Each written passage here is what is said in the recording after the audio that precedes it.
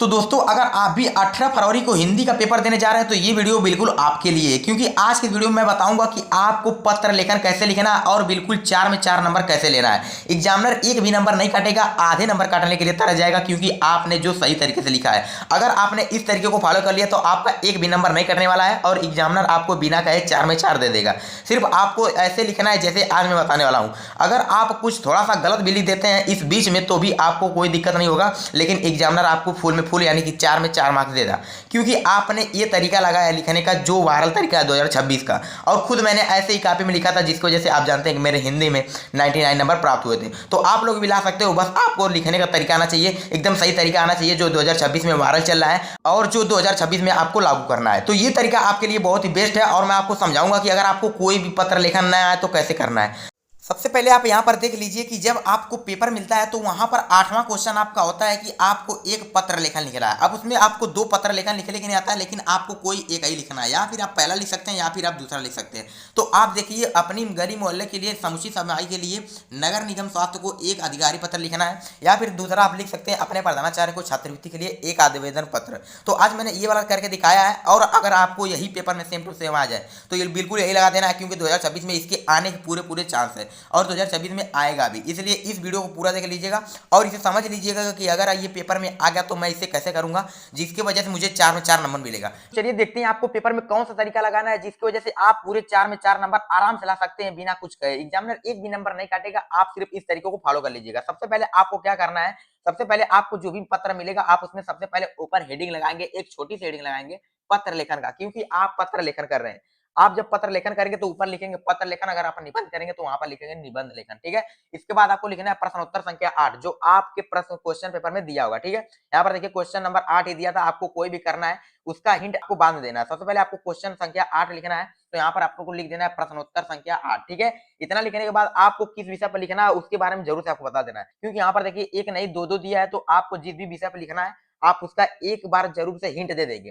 जैसे अपना प्रधानाचार्य को छात्रवृत्ति के लिए एक आवेदन पत्र आप लिखने जा रहे हैं, तो यहाँ पर लिख लीजिएगा प्रधानाचार्य को छात्रवृत्ति के लिए आवेदन पत्र। ठीक है, इतना लिखने के बाद आपको क्या करना है, आपको अब लिखना है अच्छे तरीके से, और आप इस बीच में कुछ गलत भी लिखेंगे तो भी आपका नंबर नहीं कटेगा। बस आपको फॉर्मेट यही याद रखना है जो 2026 में चल रहा है और जो 2026 में आपको लागू ही करना है, वरना आपके नंबर भी 1 या 2 नंबर कट सकते हैं। ठीक है, सबसे पहले आपको लिखना है सेवा में। ठीक है, सेवा में लिखने के बाद आपको क्या लिखना है, आप जिसके लिए पत्र लिख रहे हैं उसके लिए एक अपना प्यारा सा नाम लिखेंगे। जैसे यहाँ पर लिख दीजिए श्रीमान प्रधानाचार्य जी, क्योंकि आपको प्रधानाचार्य के लिए लिखना है। ठीक है, आप यहाँ पर अपने स्कूल का नाम लिखेंगे। ठीक है, और यहाँ पर अपने आजमगढ़ जिले यानी कि जिले का नाम लिखेंगे, फिर उसके बाद अपने उत्तर प्रदेश का नाम लिखेंगे, यानी कि आप यूपी बोर्ड का एग्जाम देने जा रहे हैं। तो अगर आप बिहार का देने जा रहे हो तो आप बिहार यहाँ पे लिखे। ठीक है, उसके बाद आप जिस भी विषय पे लिख रहे हैं आप उसको विषय डालेंगे। जैसे छात्रवृत्ति के लिए आप प्रधानाचार्य को एक पत्र लिखने जा रहे हैं, तो आपको यही डालना है कि छात्रवृत्ति के लिए प्रधानाचार्य को एक पत्र। इतना लिखने के बाद आपको क्या लिखना है, महोदय सविनय नम्र निवेदन है कि आप लोग इसे ध्यान से नोट कर लीजिए, एक कॉपी पर जरूर से लिख लीजिएगा, क्योंकि इसके आने के 2026 में बहुत बहुत चांस है, और 2026 में अगर आ गया तो आपको बिल्कुल यही लिखकर चले आना है। एग्जामिनर एक भी नंबर नहीं काट पाएगा, क्योंकि आप में कोई गलती ही नहीं है। ठीक है, सविनय नम्र निवेदन है कि मैं आपके स्कूल के कच्चे 10वीं का छात्रा हूँ। ठीक है, यहाँ पर छात्र या छात्रा कुछ भी लिख सकते हैं। अगर आप स्टूडेंट रहेंगे यानी कि छात्र रहेंगे तो आप छात्र लिखेंगे, अगर आप गर्ल्स रहेंगे तो आपको छात्रा ही लिखना है। उसके बाद आपको अपने बारे में थोड़ा सा बताते हुए क्या कहना है। ठीक है, मेरे पिताजी एक गरीब किसान है और इस बार फसल की पैदावार अच्छी नहीं हुई है, जिस कारण हमारी स्थिति ठीक नहीं है। ठीक है, जिस कारण मैं इस वर्ष की फीस देने में असमर्थ हूँ, यानी कि इस वर्ष की फीस मैं नहीं दे पाऊंगा। ठीक है, ऐसे ऐसे कहना चाहते हैं आप। अतः आपसे निवेदन है कि इस वर्ष की फीस यानी कि जो मुझे छात्रवृत्ति चाहिए थी, अतः आपसे निवेदन है कि मुझे छात्रवृत्ति प्रदान करने की कृपा करें, ताकि मेरी पढ़ाई में कोई बाधा उत्पन्न न हो, यानी कि मैं अपनी पढ़ाई को लगातार करता रहूं। इसके लिए मैं आपका आभारी रहूंगा सदा के लिए, यानी कि आप इसके लिए हमेशा अपने प्रिंसिपल का क्या रहेंगे, सदा आभारी रहेंगे, यानी कि ऐसा एहसान कभी भी नहीं भूलेंगे। आपको इतना लिखने के बाद आपको एक लाइन से छोड़ देना है और अच्छे से छोड़ना है। ठीक है, एक लाइन छोड़ने के बाद आपको क्या लिखना है, आपका आज्ञाकारी छात्र है छात्रा, अगर आप छात्र रहेंगे तो छात्र लिखेंगे और छात्रा रहेंगे तो आपको छात्रा ही लिखना है। नाम आपको नहीं लिखना है, सिर्फ XYZ लिखना है, या फिर यहाँ पर क ख ग भी लिख सकते हैं।